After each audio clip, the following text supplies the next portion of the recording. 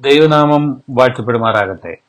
വീണ്ടും നമ്മുടെ വാഴ്ത്തപ്പെട്ട കർത്താവിനെ കുറിച്ചുള്ള ഒരു പ്രവചന ഭാഗവുമായി നിങ്ങളുടെ മുൻപിൽ വരുവാൻ കഴിഞ്ഞതിൽ ഞാൻ ദൈവത്തെ സ്തുതിക്കുന്നു. കഴിഞ്ഞ സന്ദേശത്തിൽ നമ്മുടെ കർത്താവിന്റെ ജനനം ബേത്ലഹേമിലായിരിക്കുമെന്ന പ്രവചന ഭാഗമാണ് നാം പരിശോധിച്ചത്. ഇന്ന് നമുക്ക് പുതിയൊരു പ്രവചന ഭാഗം ചിന്തിക്കാം.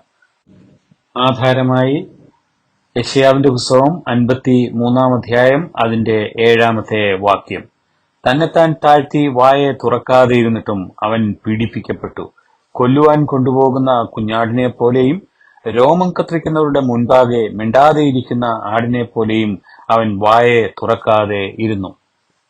ഈ പ്രവചന നിവൃത്തി മർക്കോസിന്റെ സുവിശേഷം 15 അധ്യായം 3 മുതൽ 5 വരെയുള്ള വേദഭാഗങ്ങളിൽ നമുക്ക് കാണുവാൻ കഴിയും. നമ്മുടെ കർത്താവ് തന്നെ ദ്രോഹിച്ചവരുടെ, ഭേദ്യം ചെയ്തവരുടെ മുൻപാകെ മിണ്ടാതെയിരുന്നു എന്നുള്ളതാണ് നമുക്ക് കാണുവാൻ കഴിയുന്നത്. നമ്മുടെ കർത്താവ് മിണ്ടാതെ ഇരുന്നത് അതത്ര വലിയൊരു പ്രാധാന്യം എന്താണെന്നുള്ളത് നമുക്ക് ന്യായമായി ചിന്തിക്കാം. എത്രയോ കൊലപ്പുള്ളികൾ അല്ലെങ്കിൽ തടവ് പുള്ളികൾ തങ്ങളെ ചോദ്യം ചെയ്യുന്നവരുടെ മുൻപിൽ മിണ്ടാതെ ഇരിക്കുന്നതായി നാം കേട്ടിട്ടുണ്ട്. വളരെ കാര്യമായി ഒന്നും പറയുവാനില്ലാതിരിക്കുന്ന ഒരു സന്ദർഭത്തിൽ മിണ്ടാതെ ഇരിക്കുക എന്നുള്ളത് അത് പ്രത്യേകിച്ച് ഒന്നുമില്ല എന്നുള്ളത് നമുക്ക് അതിനെക്കുറിച്ച് മനസ്സിലാക്കുവാൻ കഴിയും. തന്നെയുമല്ല, ചില സന്ദർഭങ്ങളിൽ ചിലർ മിണ്ടാതെ ഇരിക്കുന്നത് ഉചിതവുമാണ് എന്നുള്ളതും നമുക്ക് നാം മനസ്സിലാക്കിയിട്ടുള്ള കാര്യമാണ്. ഇതുപോലെ ഒരു വ്യക്തിയും അങ്ങനെയുള്ള ഒരു സന്ദർഭവുമായിരുന്നോ നമ്മുടെ കർത്താവ് കടന്നുപോയത് എന്നുള്ളത് നാം ചിന്തിക്കേണ്ടിയിരിക്കുന്നു.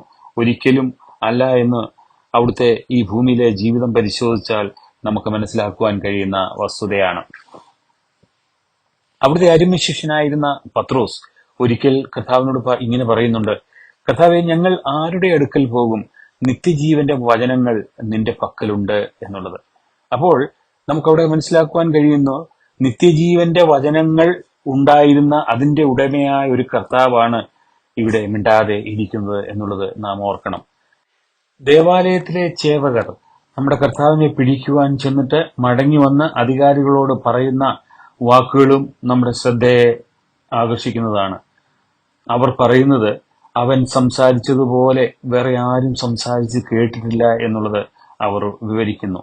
ഉണ്ടാകട്ടെ എന്ന ഒറ്റ ഉച്ചാരണ ശബ്ദത്താൽ ഈ കാണുന്ന സകല ചരാചരങ്ങളും ഉളവാക്കിയ കർത്താവ് മിണ്ടാതെയിരുന്നു എന്ന് പറയുന്നിടത്താണ് അതിന്റെ പ്രത്യേകത എന്ത് എന്നുള്ളത് നാം അന്വേഷിച്ച് പോകുന്നത്.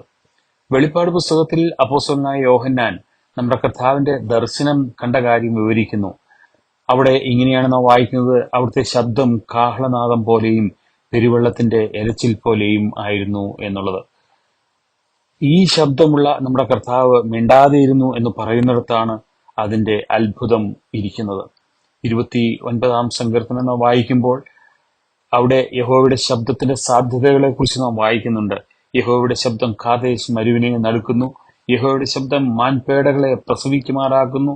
യഹോവയുടെ ശബ്ദം വനങ്ങളെ തോലുരിക്കുമാറാക്കുന്നു. ഇങ്ങനെയുള്ള ശബ്ദത്തിന്റെ ഉടമയായ നമ്മുടെ കർത്താവ് എന്തുകൊണ്ട് മിണ്ടാതിരുന്നു? അതിന്റെ കാരണം എന്താണെന്നുള്ളത് നാം ഓർക്കേണ്ടിയിരിക്കുന്നു. അവിടുന്ന് ഒന്ന് മിണ്ടിയിരുന്നുവെങ്കിൽ ചോദ്യം ചെയ്യുന്നവർ, ഭേദ്യം ചെയ്യുന്നവർ ഭസ്മമായേനേയും, യാതൊരു സംശയവുമില്ല. എന്നാൽ അവിടുന്ന് മൗനമായി മരണം ഏറ്റെടുത്തതായിട്ടാണ് ചരിത്രത്തിൽ അല്ലെങ്കിൽ തിരുവചനത്തിൽ നമുക്ക് കാണുവാൻ തക്കണം കഴിയുന്നത്. എന്തുകൊണ്ട് അവിടുന്ന് മൗനമായിരുന്നു? കാരണം അന്വേഷിച്ച് നാം അധികമെങ്ങും പോകേണ്ട കാര്യമില്ല. നമ്മെ ഓർത്തപ്പോൾ അവിടുന്ന് മൗനമായിരുന്നു.